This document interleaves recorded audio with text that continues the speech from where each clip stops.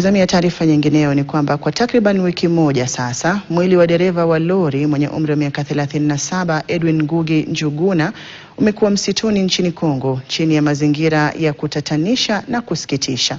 Inadaiwa kuwa Njuguna aliuawa baada ya lori lake kuharibika njiani huku mizigo aliyokuwa akisafirisha ikiibwa. Familia yake sasa inaiomba serikali kuingilia kati kusaidia kurejesha mwili wake nyumbani ambao tayari umeanza kuharibika. Mwanahabari Catherine Imuraget anatuletea taarifa hii akifuatilia nyakati zake za mwisho na mawasiliano yake ya mwisho na familia kabla ya mwili wake kupatikana. Edwin Ngugi Njuguna aliyezaliwa mwaka wa 1989 katika eneo la Teso Kaskazini, kaunti ya Busia. Kulingana na rekodi zake za kitambulisho cha taifa, alianza kazi kama taniboi katika lori lililoendeshwa na babake hadi alipofariki dunia. Baadaye alichukua jukumu hilo akiendeleza urithi wa babake katika biashara ya usafirishaji. Njuguna alikuwa katika safari yake ya kwanza akisafirisha mizigo kuelekea Kongo alipokumbana na kifo chake kabla ya kufika alikokuwa akielekea.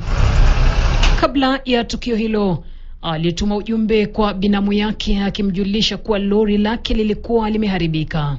Maana masaibu yenye menipata huku barabara ni mbaya kabisa. Gari jana ilikatika, trailer ikadunga chini. Sasa hivi nalindwa na wanajeshi. Jana karibu nipigwe na watu. Watu walikuja hapo na mapango wanataka kuniibia, bahati mzuri wanajeshi wakakuja juu niko kwa kichaka.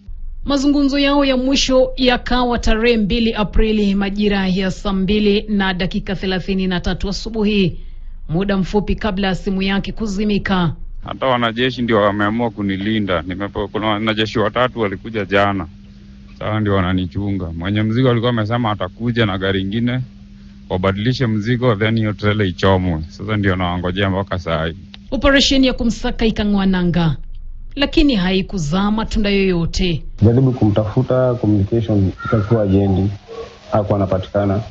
Siku ya Jumamosi, video ya kutisha ikasambaa mitandaoni kupitia makundi ya madereva wa malori ikionyesha kuwa Njuguna alikuwa amepatikana akiwa amefariki, mwili wake tayari ukiwa katika hali ya kuoza. Simu yake ilienda offline Good Friday saa 8:22 mchana. Yes. That was the last time he was online. Yes. Familia sasa inaomba serikali kuingilia kati kusaidia kurejesha mwili wa Njuguna nyumbani kwa maziko.